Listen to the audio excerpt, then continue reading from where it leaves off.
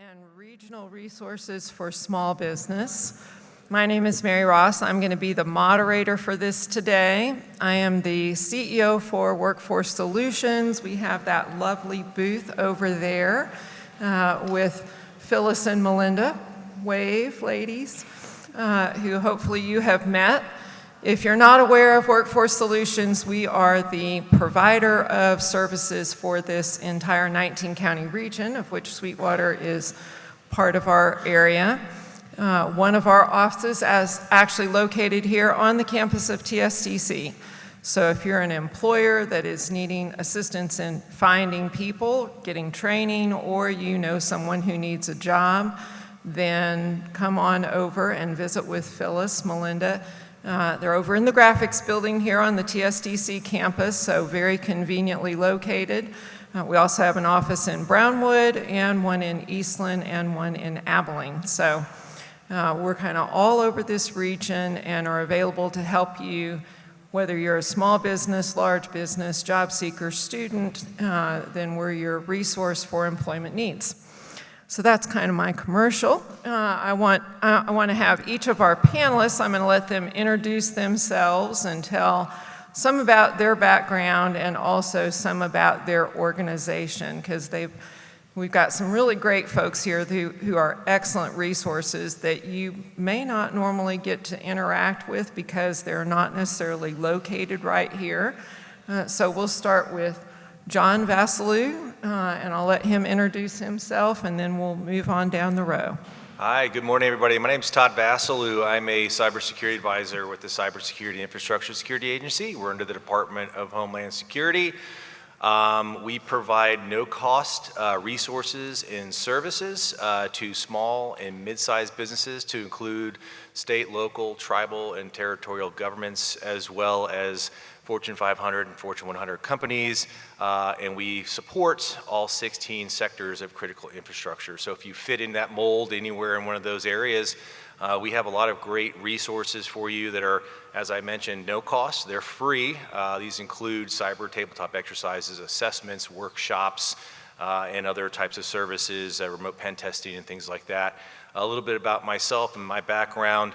I have about 25 years of experience within the cybersecurity sector. I started off at NSA back in '99 as a cryptologic telecommunications technician through network. Then I went into Air Force network operations, and then I spent about 15 years in federal law enforcement with the Air Force Office of Special Investigations as a cyber special agent. I also spent 2.5 years as a SOC manager with CrowdStrike, and I'm here now with CISA providing these services out, and it's a pleasure and honor to be here. Thank you. All right, next we have John Powell. John Powell, I'm with the U.S. Department of Agriculture, or Rural Development. Rural Development is an agency, is a missionary within the Department of Agriculture. We do a lot with rural areas, everything from expanding broadband access, electric, telecommunications, infrastructure. We work with small businesses and entrepreneurs and economic development corporations with our business programs. We also have community funding needs, so we help with city and county government as well. And I've been with Rural Development for 20 years. And next, Terra Moreno. Hi, good morning. I'm Terra Moreno with the West Central Texas Council of Governments over in Abilene. And for those of you that don't know what a Council of Governments are, we are regional planning commissions. There's 24 throughout the state, and we serve the 19-county Big Country region. And we administer state and federal programs through 11 of our different departments. I am the Department Director for Community and Economic Development, and we work primarily as managing the economic district. We offer technical assistance, grant writing assistance, grant administration, and small business loans. As you heard, that you have 3 great resource folks right here. So we're going to jump in and start with Terra, who's with the Council of Governments, as she said. So you're familiar with a lot of state and federal programs. And as you said, you don't do grant writing, community and economic development. What are the grants that you often see that aren't utilized as much, that maybe should be utilized, but maybe people don't know about them? So can you share some of those resources with us? So first of all, I think we offer a small business loan program that's backed by the USDA for small business owners, and it can be for startup businesses or for existing businesses here in town or throughout our region. And we're not meant to compete with banks. We normally, our clients are people that have been denied by a bank. So we work with more high-risk people. We have a little bit better terms as far as the length of time. And so that's one resource. And I've left some information with the chamber here today on how to access that. And then the other place that we do point people in directions when they do contact us is the governor's office. Go to texas.gov. They have, through the same economic community development webpage, they have a small business tab. And no matter where you're at in your journey with small business, if it's just an idea in your head or if you're an existing business, that's a great place to start. They have tons of resources, they have videos, and they can walk you through step-by-step of things that you might need. The other place that we refer everyone to is the Small Business Development Corporation, and I know that there's going to be a representative later on one of the other panels from there, but they do counseling and advising for small businesses. They also offer comprehensive business plans at no charge, and so they can also connect you to state and federal funding. They have programs for women's, veteran-owned businesses, and disadvantaged businesses. So tell us, are there some steps that a business could take maybe to help them get prepared to apply for some of those loans and grants? Yes. So my background is not in banking or in lending. It's in community development, primarily with rural. But since we've had this program through USDA, I've learned a little bit about how people can get a little bit better prepared. The first thing is starting with a strategic plan, that business plan. And a business plan is a lot more comprehensive than your ideas on paper. So although that's a good starting point, there are lots of things that go into a business plan as far as market research, understanding what the funding, what it is going to cost you, what things such as permits or license that you may need to have. The other thing is that we have people come to us, what does your credit history look like? And it's not to say that we've not worked with people with not the best credit histories, but do you have reasoning and something to explain why your credit history is the way that it is? That can help. We've helped businesses that don't have the best credit history. The other thing is, let me think, separating your banking accounts, your finances. So we've had people come in that have had existing businesses for a small while, and they have their personal and business all together in one checking account or savings account. And that creates a very muddy situation when we're trying to go for a loan. So I think those would be really good starting points for anyone. All right, great. So John, we're going to move on to you, and you do a lot of work, obviously, with USDA and rural development. First of all, kind of tell us, what's the definition of rural? Because I know from having worked in I see some people smiling in the room, that it's like everyone seems to have a different definition of rural. Some people think it's, you have to be under so many thousand population, or you're here. What is the USDA's definition of rural? The government answer is always, it depends. And with 70 programs, they all have a unique rural definition. The general definition we use is under 50,000 in population. Some of our programs go as low as 10,000 in population. But for most of our business programs, everyone in this region, I cover 45 counties out in this area, The only cities in my 45 counties that cannot participate in our programs are the cities of Abilene, City of Wichita Falls, and San Angelo. We are in a very rural area of the state. Okay. So what are some of those programs then that would be available for people? Clearly, pretty much everything, unless you're in Abilene, Wichita Falls, or San Angelo. So what are some of the programs that you think would be best for small businesses? Sure. I get a lot of questions about grants. Being federal government, they think we just have grant money in abundance, and in some cases we do. But one of the programs I want to talk about that is actually for small business, that is a grant that we can help with, is if you are looking to reduce your energy cost, if you have a high manufacturing type facility or something that's a high energy use, there's a grant program we have called our Rural Energy for America program. It is a 50% grant to put in either an energy efficiency upgrade or a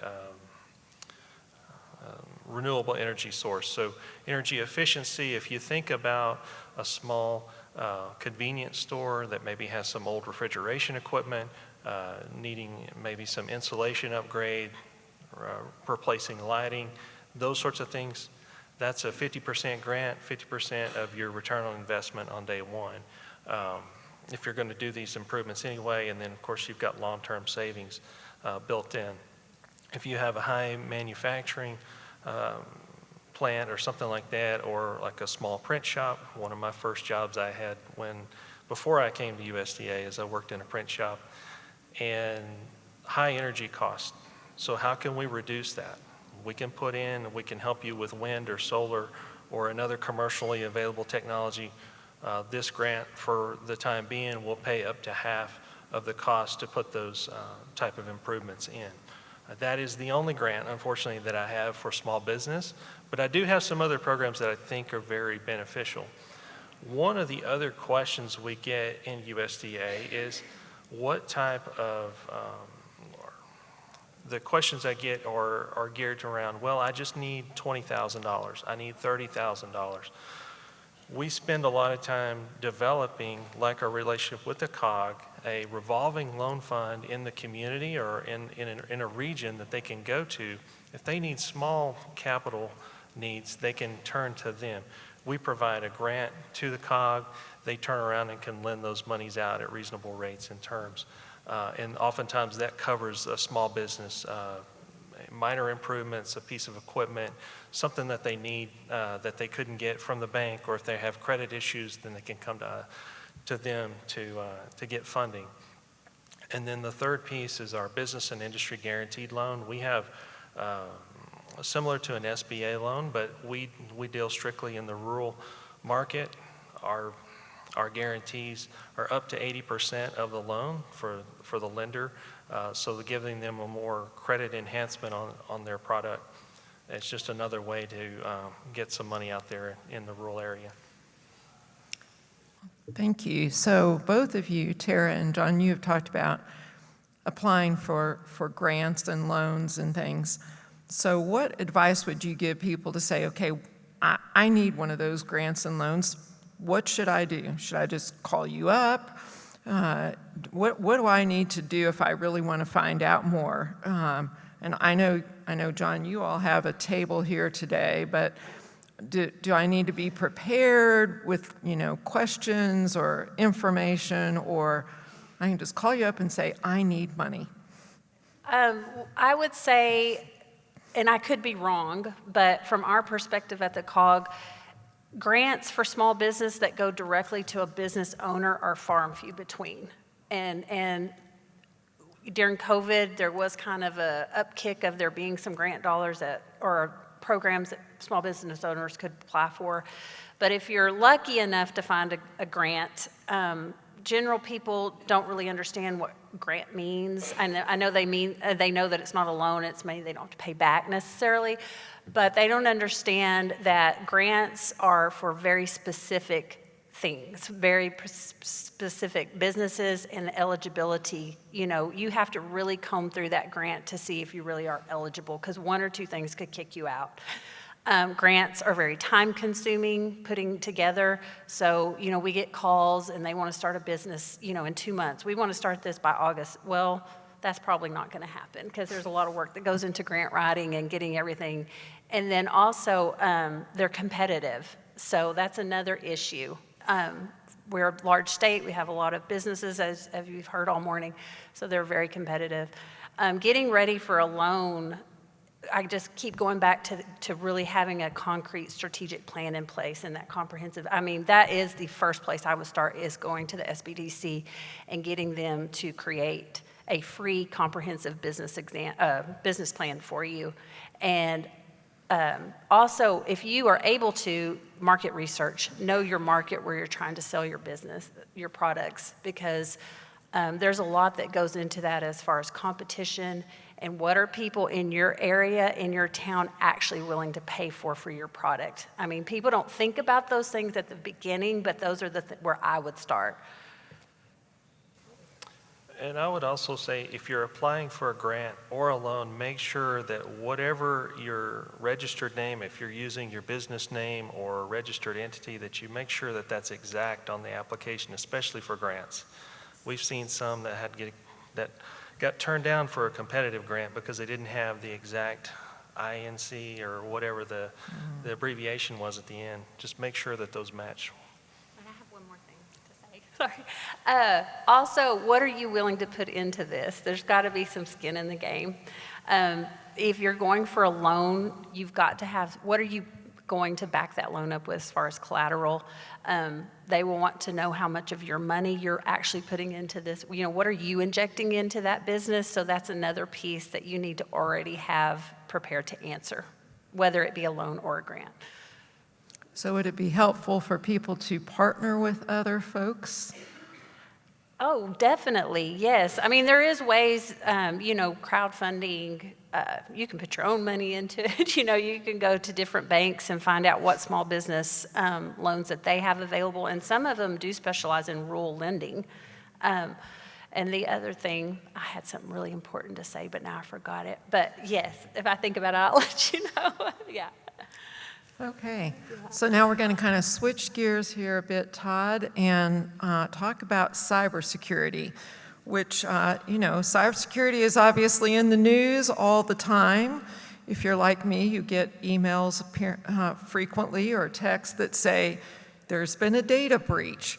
Your information has been breached. Now you're going to get a year of free credit monitoring or whatever. Those are always a bit scary when you get those kind of notifications about things. So, Todd, basically, how common are cybersecurity threats or attacks, especially for a business? Absolutely, yeah. So in this day and age, it's becoming very common. Threat actors, whether criminal, state-sponsored, hacktivists, et cetera, they don't differentiate between their target sets these days. And you know, it used to be, you know, you would read the news a lot about clear defense contractors like Boeing or other entities like that being affected by hacks and by cybersecurity issues, right? And now that, you know, to today's world, especially amongst our critical infrastructure owner and operators and small business owners and medium business owners, et cetera, we're facing those same challenges today as well. So we're seeing an uptick in ransomware. I'm sure we've all been reading the news and have heard this, you know, lately, that ransomware is becoming a huge issue. And it does not discriminate on who, these actors don't discriminate on who they're targeting. In the end of the day, they're looking for financial gain, and they'll target whoever they can target and to get that financial gain. And typically, they're going after that low-hanging fruit, if you will.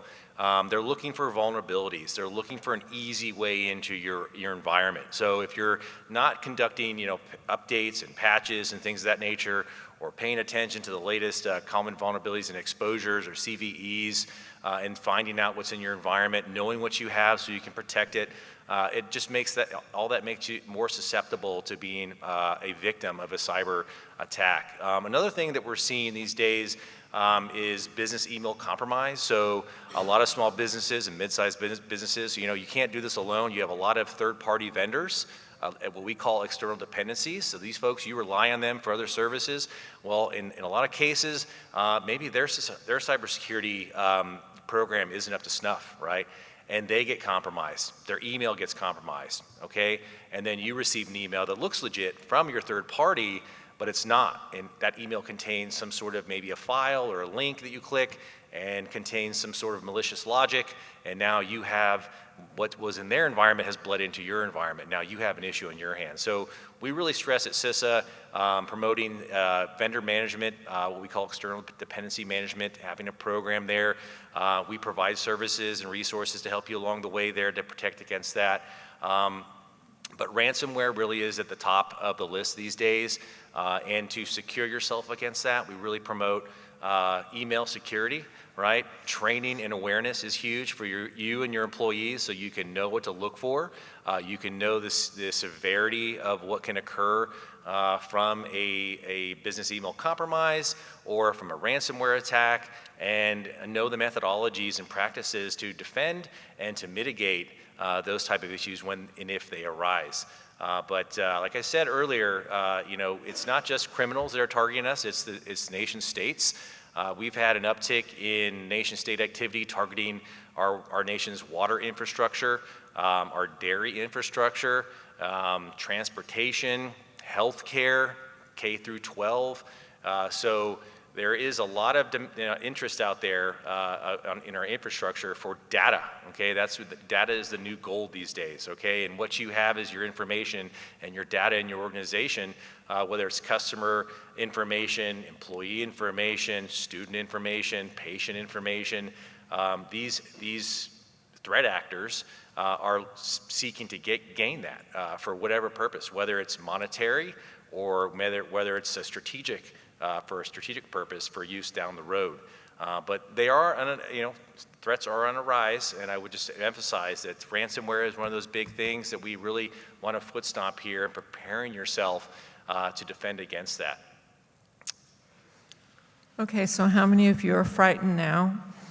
That you're like, okay, I don't know if I understood everything he said, but I know that I should be afraid. Yeah.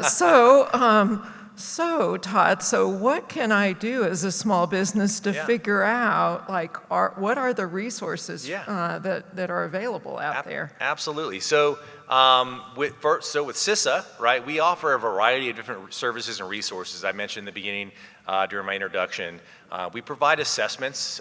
We have a kind of a crawl, walk, run phase of assessments that we start with stakeholders and partners, and we essentially assess your overall cybersecurity environment, your cybersecurity posture, and your resiliency, and give you an idea of maybe some, where you can address gaps or deficiencies within your current program. I understand that a lot of us, right, in small business, we outsource our IT services to an IT services provider. We work with the owners and operators along with those providers during these assessments to ensure that you have all those boxes checked with regard to utilizing proper security controls within your environment, user training and awareness, vulnerability management, third-party management, etc. So we also provide workshops. So those are non-technical workshops that are geared for owners and operators, also for your technical folks as well, that are a good starting point to developing programs like your incident response program or incident response plan. Once again, your vendor management plan. How are you managing and interacting with your vendors and ensuring that their resiliency requirements are the same as yours, so you don't have that issue of business email compromised or something from their environment, bleeding into your environment. We also have workshops that focus on digital forensics. So if you are interested in standing up a digital forensic workshop, rather a office or capability within your organization, we have a workshop that kind of gets you on your way. It's more or less a stepping stone, once again, to get you the fundamentals of how to develop those programs. We also provide some national level services such as remote pen testing. and vulnerability scanning. So we really promote our vulnerability scanning service, what we call cyber hygiene or Sci-Hi, that we'll work with you and your ISP or your technology provider or your IT folks there locally on premises in your org to get your external IP addresses. We'll have some paperwork, some forms to sign, and we'll scan your network continuously until you tell us to stop, and each week we'll send you a report, anything we find that might be external facing in your network, any vulnerabilities that is. So if there's some serious vulnerabilities out there that an adversary could use to gain access to your environment, we'll give you a heads up on that, and we'll give you mitigation actions on that to tell you how to fix it and kind of move on from there. We also provide, for any of those folks that might be in the audience that have SCADA environments or operational technology environments, we have specific assessments that can assist with those environments as well. And I encourage you all to reach out to us if you haven't worked with CISA. If you'd like to learn more about what we do, please contact myself. I'm out of San Antonio, Texas, so I'm up here filling in for one of my colleagues who couldn't make it this week. But I will definitely get you in touch with Chad Adams, who's the supervisory cybersecurity advisor here in what we call North Texas. He's out of Dallas, and we'll get you set up with a briefing and kind of give you some more details about how we can help with how we can provide services and resources and how you can develop a relationship and partnership with CISA. We are a very public-facing agency. We don't audit, okay? We don't charge you either. These are all free services. I'll say that again. We get asked quite a bit, how much is this going to cost me? It's free. These are all these services we provide you are through taxpayer dollars, and we work with, like I said before, we work with small businesses, mom and pop shops, all the way up to those Fortune 500, Fortune 100 companies, to include local, state governments. So we'd be happy to help. We're here to help. We have a funny saying, we're the federal government, we're here to help, right? It's kind of gets a little giggle sometimes, and depending on the audience, but it's true. We're here to provide resources to, the overall goal here is to protect our nation and our nation's critical infrastructure, and so that we can maintain our way of life and not have, these things we rely on day to day affected. Okay, so that was probably the best news you heard was when Todd said it's free, right? So you're like, that sounded super impressive, and then the word free attached to it is even more impressive. So I'm going to kind of give a little break here and say, does anybody have any questions right now? Because I figured there's going to be questions immediately after hearing his comments. Okay, well, mine is slightly off of cybersecurity, but it pertains to business productivity. I get so many scam calls daily. I keep a log of it. I block every number. I keep a count of it. I've had 28 calls this morning while I've been in this session. I had 96 the other day. It's awfully hard for me to remain productive when I'm answering the phone every 3 minutes to hear about extended car warranties. Is there any protections, any advice? Yeah, I get those too. So I'll say I get those both on my personal phone and on my work phone. I'm trying to recall. I think that you can go to a particular site, and it escapes me at this point of where that is. But you can register and have your phone numbers removed from legitimate advertisers.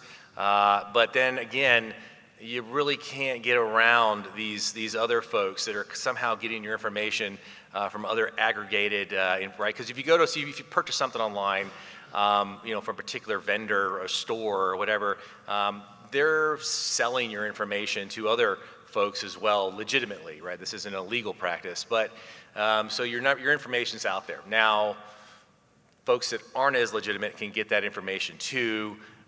Whether it's through open source research and things of that nature. It is quite a conundrum. I do agree and understand where you're coming from. And blocking those numbers in some cases won't work because they just call from another number, or they call from a Google number, or whatever the case may be. But I'll get back to you on that and see if I can get a definitive answer as far as like a good way. Because I know there's some resources out there where you can call and kind of get yourself unsubscribed from a lot of those services or make your number private in some sense. I will say on my personal cell phone, I actually have an app that blocks all the calls of people that are not in my directory. So you might try something like that, I mean, it basically, if you're not in my phone directory, then the phone won't ring. Which I have to tell people sometimes when I'm having something done, you know, a repair person or something, then I'll say, you'll need to text me at this number, and then I will be able to take your phone call. Otherwise, I won't actually know that you called because it will not come through. So that might be an avenue to explore because those are very irritating. You can block them, but I actually get very few of those that ever ring through to me. And there is a federal, I think it's the FAA that you can, FCC. I think you can go to their website and register with the FCC, but it doesn't necessarily block all those calls.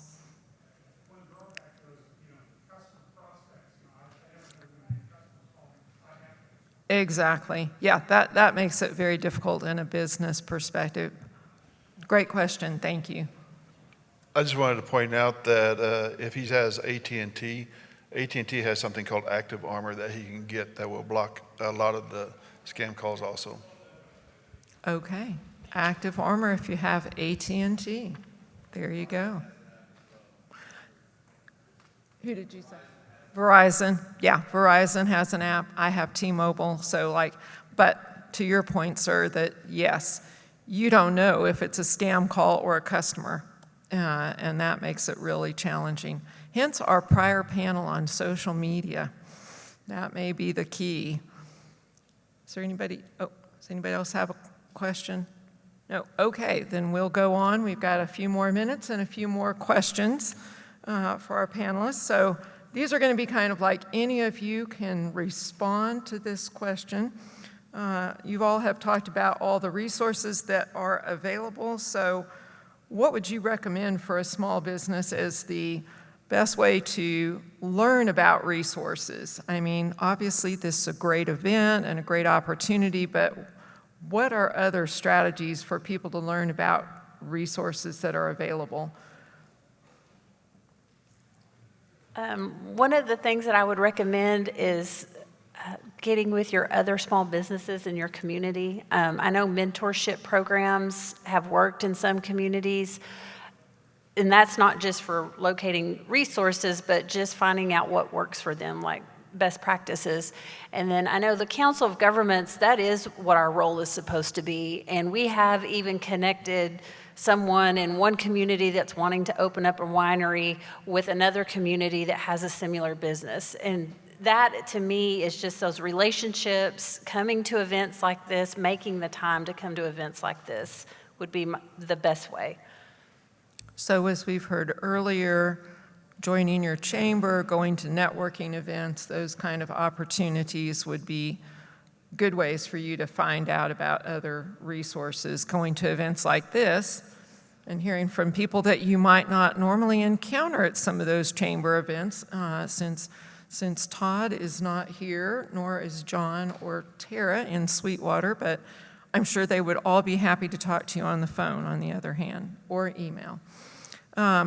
So what do you all see as some of the common mistakes that people make when they're looking for resources?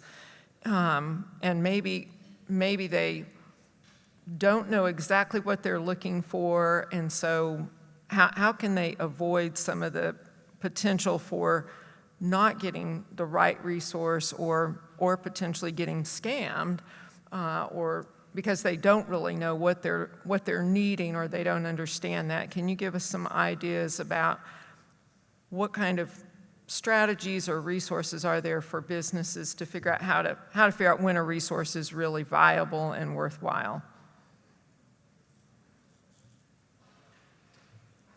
I'm sorry.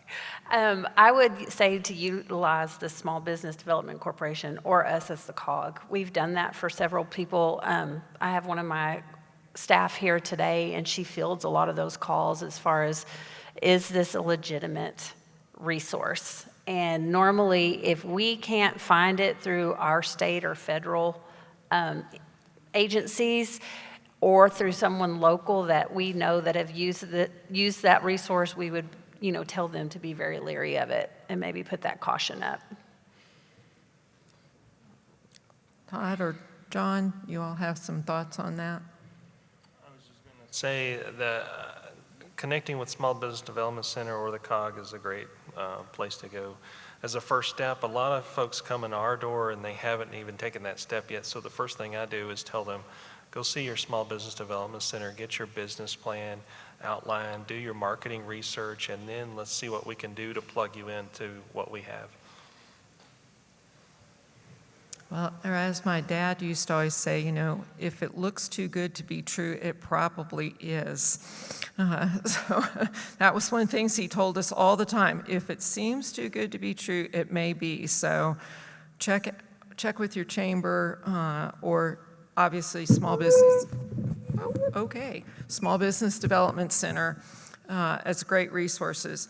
So kind of one last thing here before we see if there's any more questions. What's the most important advice you would give to a small business if they are looking to utilize any of the resources? What would be your advice, whether it's about cybersecurity or about looking at loans or grants? What advice would you give them?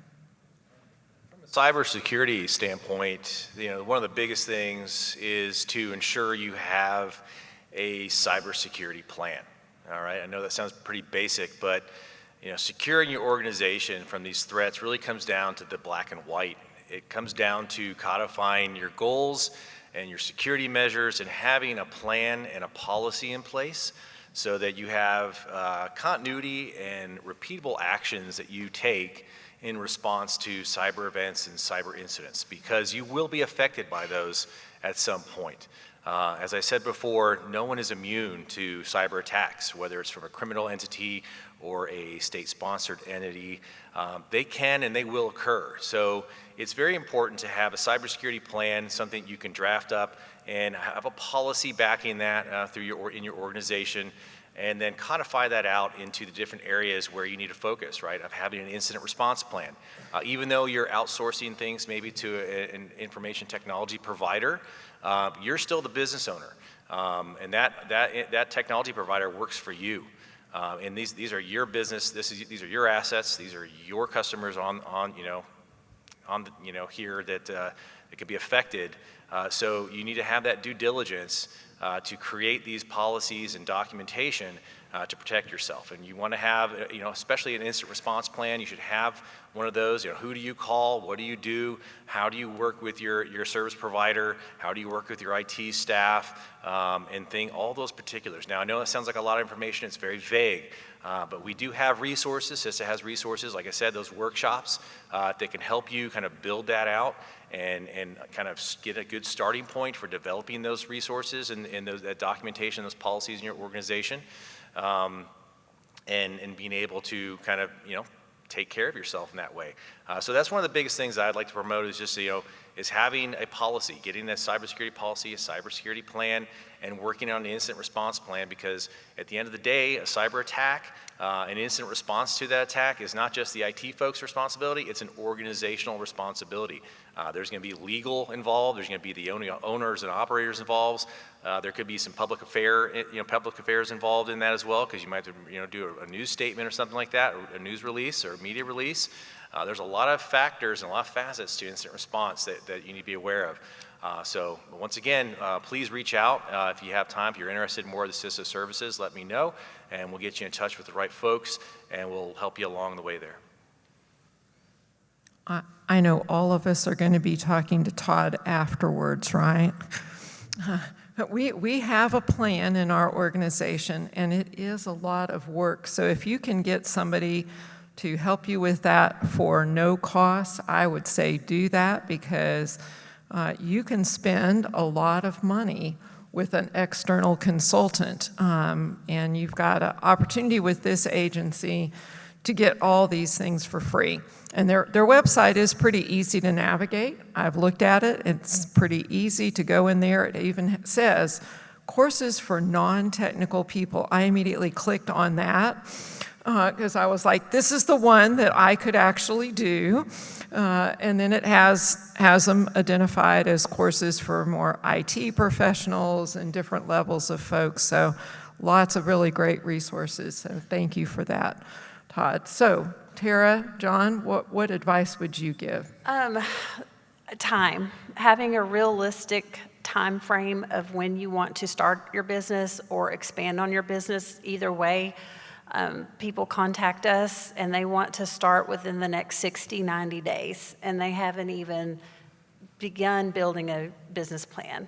And so I think a realistic time and knowing what you are really going to have as a business in Texas. You know, what is your registration going to be? If you're going after federal dollars, a federal loan like through us, you have to have a federal registration, not just your Texas state ID, permits, those types of things. And so I think that discourages a lot of people when they start getting hit with all of this and they realize that it might actually be 9 months, a year, before we get to where we're handing you over a check to start your business. I would say the same thing. Time frame is key. Also, for us, our website is really easy. It's rd.usda.gov. Go in there and look and see the many resources we have, or come by the booth or give us a call, and let's see how we can plug in what your idea is to what we have. Sometimes our programs are kind of hard to navigate, but we know enough in the field office so we can help you work through some of those challenges. So let us know what you need, and let's see how we can help you fit with what we have. Okay, well, we have a few minutes for questions. So do we have any questions out there? Nobody had a question? All right, obviously our panelists have done an incredibly good job, and we appreciate each of you being here today, and especially Todd traveling from San Antonio, but John and Terra, thank you also. And we appreciate all the information you shared. That was really very interesting. So I was excited to get to be with these folks today. So thank you all.